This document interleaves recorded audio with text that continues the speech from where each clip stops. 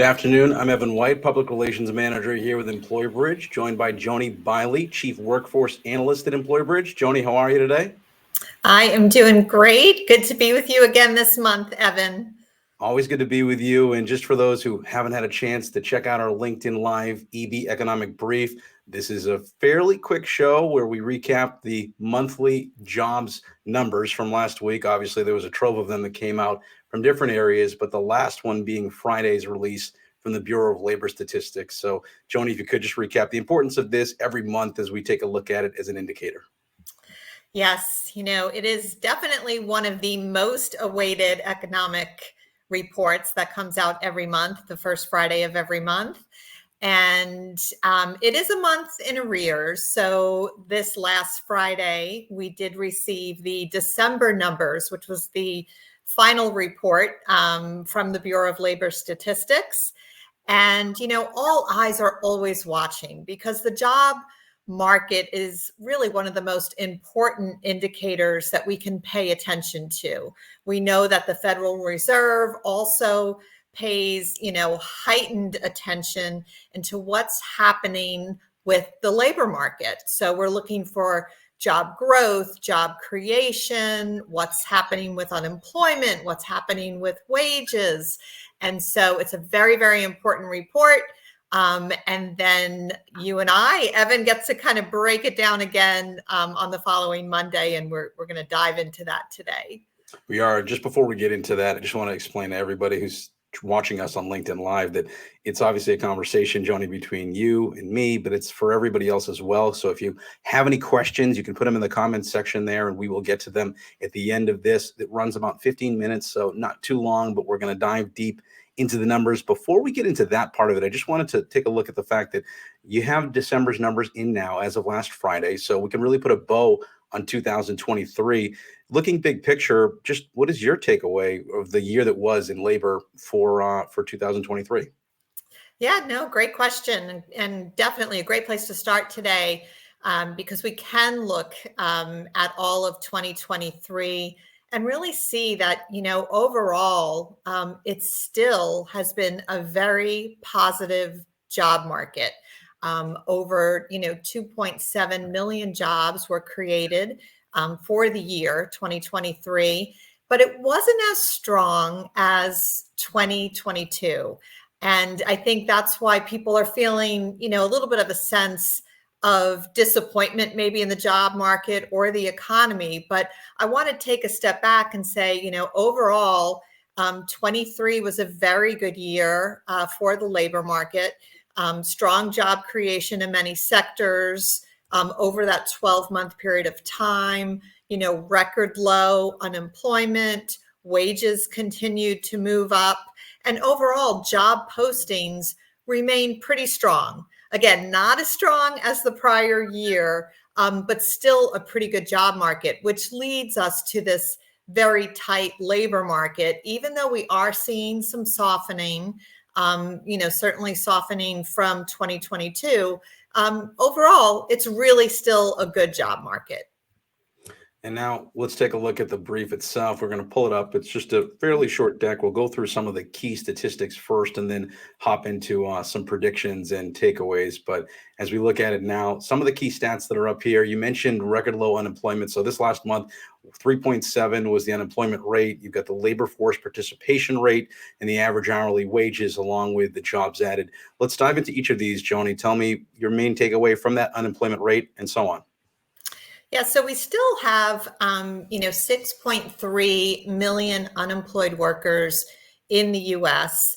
Again, that is less than the amount of job openings that are available. That number continues to remain pretty steady. So, every month we look to unemployment to see, is it ticking up? Is it going lower? It has really hovered around this 3.6, 3.7%. So, could be a concern, going into 2024 if we start to see that number tick up. But based on the weekly jobless claims that we get on every Thursday, based on some of the layoff data, it doesn't look like we're going to see any big increases in that 3.7%. probably expected to remain about the same. Labor participation really has been hovering around these numbers. The 62.5% is for the entire labor force. But if you look at prime age labor participation, it actually is at some of the highest levels. So we're seeing that people between 25 years and 55 years of age are participating in the workforce. Those numbers are at all-time highs. And so if you want a job, you really can have a job in this economy. There are opportunities out there. Again, wages continue to move, in the right direction. They are ticking up slightly, but we're also starting to see some wages, kind of flatten off. We're not seeing the big increases that we've seen over the last 3 years. And then, of course, the overall headline number that we all watched on Friday was 216,000 jobs created. So again, beat economists' predictions. The forecasts were between 160 to 180,000 jobs created. We came in at 216, so much better, than expected. And we'll take a look next at some of those growth sectors as we have them. Government, we know that government has really been a big part of the jobs that have been added in recent months. And then healthcare also continues to go strong. Social assistance, and then construction churning up a little bit there. What are your thoughts on each one of these as well, Joni? Yeah, so I'm glad you asked me about this, because though we say the headline number was strong at 216,000 and beat expectations, I do have some concerns about the overall job market. Most of the job growth for the past few months, not just the numbers that you're seeing in front of us here on these slides, but most of the job growth has been coming from three main sectors. We've seen the government adding jobs, we've seen jobs being added in healthcare, and we've seen job growth in leisure and hospitality. Now, all of that is good. I'm not saying that that's bad, but it's just that most of the job growth is contained in these sectors. It was great to see 17,000 jobs created in the construction sector, but we need to see more robust job growth in the other sectors. For example, manufacturing, retail, the professional and business service sector. So I'm really starting to look at the numbers, that we've seen over the past few months. And as we look at 2024, we want to watch where are the jobs being created. It has been a bit of a concern that we haven't seen more job growth in manufacturing. At first, we thought it might have been more of the automotive strike, which took place, in October. We expected to see a bigger rebound, but still not seeing a lot of job growth in manufacturing as of yet. Construction is another area that you've keyed on in the past, looking to see an uptick there. And it is certainly, by the way of these numbers, getting there. What is your take on where construction is and where it's heading in 2024?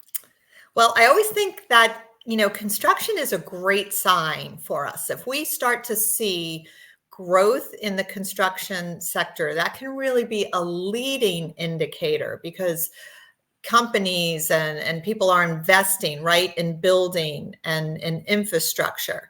So that number could lead to additional jobs in manufacturing, in retail, in professional business service. It certainly can lead to GDP growth. So overall, I think it's a great, great sign to see jobs being created in the construction sector. I want to move ahead away from the numbers for just a second so we can just chat about kind of your key takeaways, just the headlines from you on what you saw in that last monthly report for December. Yeah, overall, continues to be a solid report. I think we're seeing more stabilization in the overall job market. Maybe it is a little bit of like a Goldilocks kind of job market. It's not too hot, it's not too cold. Is it going to be just right? I do think that there are also some concerns, though, when you dig into the numbers. Certainly there was disappointment that we lost 33,000 jobs in the temporary help sector. And the numbers for the past few months haven't really been moving in the right direction. We've had some, negative numbers, and that trend certainly doesn't feel good as we go into the new year. So I'll be watching, that particular sector, to see, are we going to reverse the trend? Because we know that employers will let their temporary workers go first before they, tend to lay off, of course, their permanent staff.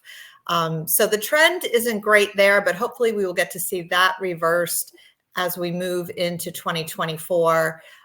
Wages, again, I mentioned that before. I think we'll continue to see, wages kind of move in the right direction, but not big growth, in any ways. I'm not expecting to see some big wage growth. Probably more stabilization there as well. And I'll be watching for the professional and business service sector. Are we starting to see some of those white collar jobs really come back into the economy? I would expect healthcare will continue to remain very strong for, the overall US. Jobs in leisure and hospitality are expected to keep climbing. Retail sector did well last month, so great to see that trend. Of course, it was the month of December, so no surprise there. But overall, I think we'll see some stabilization as we look at the first quarter of 2024. And I want to ask a couple of questions based on what you said there, but I just want to remind folks here that are watching us on LinkedIn Live, you have an opportunity to ask questions. Feel free to put them there in the comments section. We're going to get to them at the very end. We have a couple that have already popped up, but I just want to remind people that is an option for you if you want to chat with Joni. But taking a look at temporary jobs, I know you've said that before, that is a real key item that you look at in terms of industries. I just wanted to see, what is the expectation there from you, just as we look into this new year, when that might change around? Are we looking, based on what you've seen to wrap up this last year, second quarter? Do you have any sort of idea, prediction on that? I wish I had a crystal ball, Evan, and could really tell you the exact details. But what I can say is, in speaking with our customers, they are optimistic about 2024 and about their hiring plans. Many are expecting to add to their payrolls. And certainly there is some optimism, as they think about planning and adding to their workforce and their overall business, right? That 2024 will be the year that things really do start to turn around and start climbing again. So if I get out my crystal ball, I would say I expect that things will certainly improve, and we'll see those numbers start to reverse their trend and add to temporary payrolls. We'll have to get a crystal ball out one of these days. I'm sure that it'll be interesting to see if this is in the next month we start to see a change. That would be great. I have a couple of questions I just want to get to here. Angela was asking about a specific sector that is exceeding other sectors in 2024. Now, of course, we're very early into the year, so that the data wouldn't necessarily be available, but maybe your expectation there, what could be a sector that might separate itself a bit? Yeah, well, and Angela, thanks for asking the question. We're so glad to have you on today and have you listening in.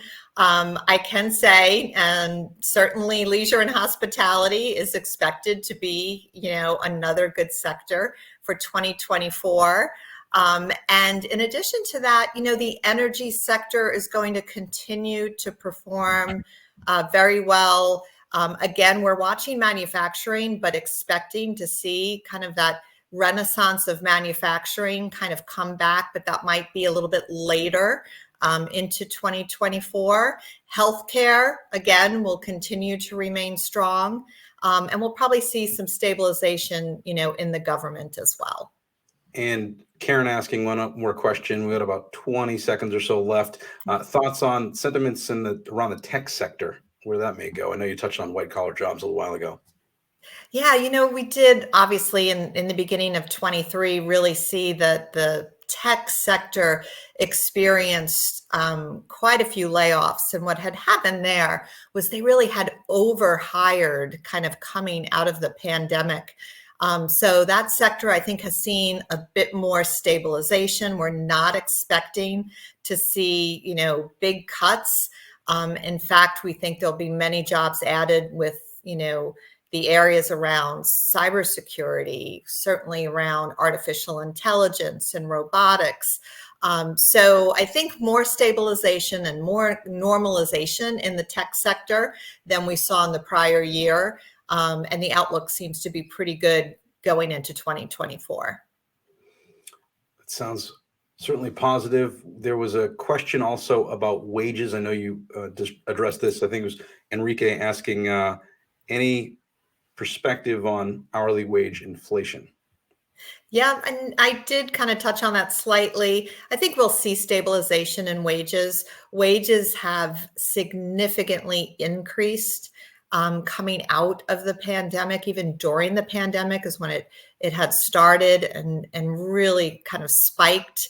But I would expect that wages are going to slow down a bit, and we won't see, big wage gains. But I'm not expecting wages to move in the negative direction. So more stabilization, maybe a slight uptick in wages. Companies are very focused right now on benefits and total rewards that they're offering their employees. So we might see a little bit less on wages, but more of a focus around benefits, overall health and wellness, and then flexibility too. It's something that people really want. So employers are very focused on employee retention, keeping their workforce motivated and retaining them. And the wages are an important piece. There'll be some other things that they'll be trying to add to that overall picture to really motivate and retain their workers to stay with them.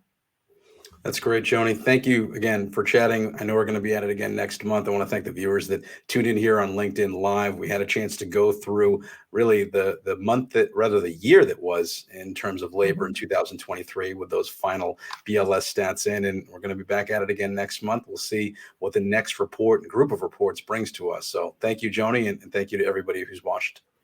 Yes, thank you. Thank you, Evan, for hosting today, and thanks to everyone who joined us. Feel free to reach out anytime.